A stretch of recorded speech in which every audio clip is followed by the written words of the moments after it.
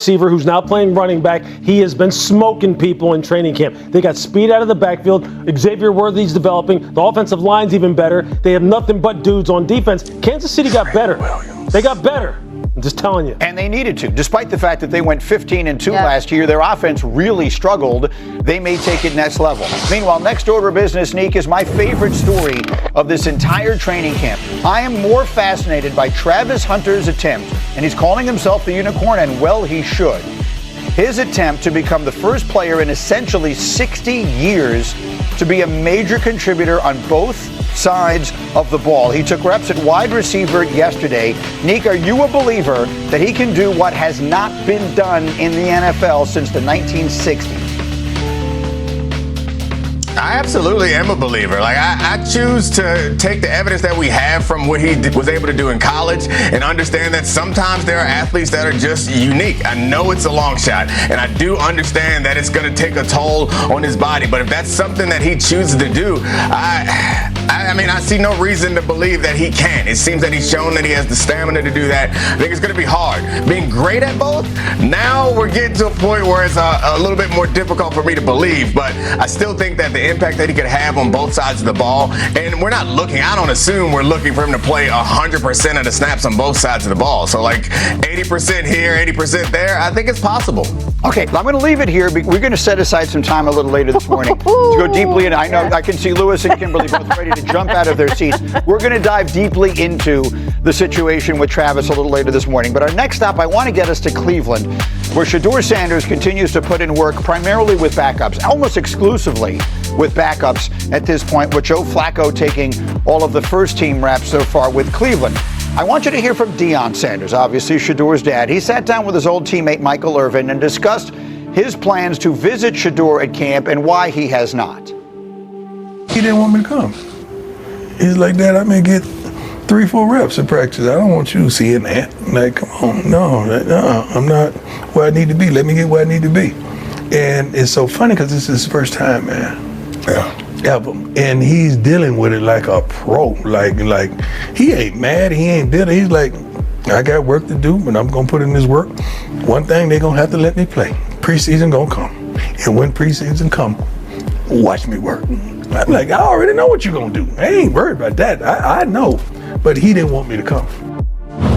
That's interesting. Remember that Deion went to visit Shiloh at the camp last week, and we wondered when he would go to Cleveland, and there's the explanation for why he hasn't been there so far. What struck you about this? Look, you can just tell that Shedeur really, Deion says he's dealing with it like a pro, and I believe it, but I'm telling you, that is hard. It is a grind to stand there and watch other people get reps and move from period to period to period, and you're not able to take part. Look, in my experience, at the beginning of training camp, everyone kind of gets worked in to the reps, into the rotations. And then as you get closer to preseason games, get closer to the regular season, they start to pare it down. You start to understand who the coaching staff, who the front office, who ownership are really counting on carrying the load for the rest of the regular season. If he's not getting reps now, as they start getting prepared for games, what are they going to do then? If he's not getting reps now, how is he going to earn more reps later is my point. Are you just going to throw him in the preseason games without him having reps with even the third, fourth team, second team at all? See, those are the things that just concern me this early in training camp. But look, I trust what I know and what Deion has told me and what I have experienced myself about the character of this young man as far from a football perspective. But I can tell you this, standing there and watching other people compete when you believe you're as good as them, look, Dom can tell you, that's the worst thing in the world. It just guts you. It wears on you mentally that why am I not getting in there?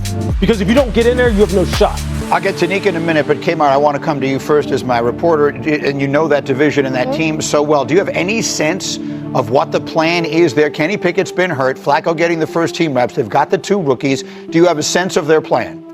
So before the Pickett hamstring injury, I checked in, and the sense I was given was, the reps were kind of distributed the way we expected. The vets get the majority of the reps, meaning the 2 rookies, not just 1 rookie, 2 rookies, and Dylan Gabriel also with Shedeur kind of having to get in where they fit in.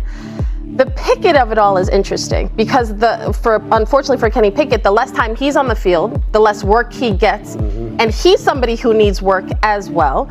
I think the next 2 weeks, the Browns are in Carolina next week, and then they're in Philly right after. I think the next 2 weeks, depending on where Pickett is, I don't want to say it'll go a long way in determining anything, but that's an opportunity for these young guys to kind of show a little bit more. But Lewis, to your point, they're not getting a bulk of anything. And that's the troubling thing, because they won't be able to be prepared. Again, the early part of training camp, the first couple of practices, they really want to acclimate everyone. So in my experience, everyone gets at least a little bit of a cut of what's going on, so you kind of know what you're supposed to do.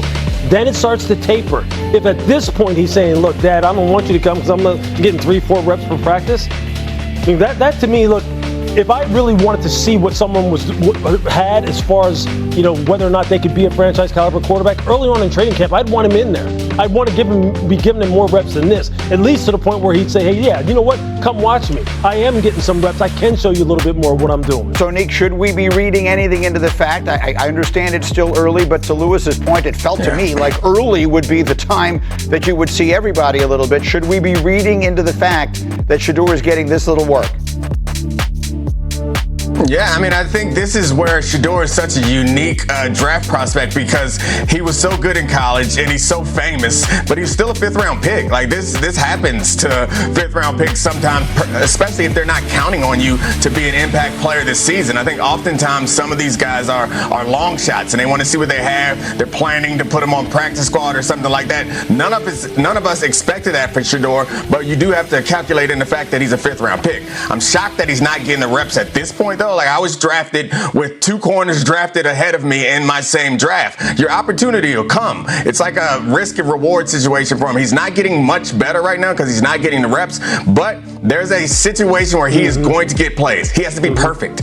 He has to be perfect in the 5 plays that he gets. He has to be perfect. And that's a bit of a pro and a con, in that you only got to study those 4 or 5 plays you're going to get, and you better not mess them up, because you're never going to get them again. All right, we'll get back to this. Yeah. We heard from the owner of the Browns yesterday as well, and some of the things he said really raised my the position group and let down your quarterback. So as long as they catch the ball, look, I think Jordan Love will be a top 5 thrower of the football this year. If you want to measure it by QBR, I think he's that good. And you got some quarterbacks, you got some teams in that NFC North.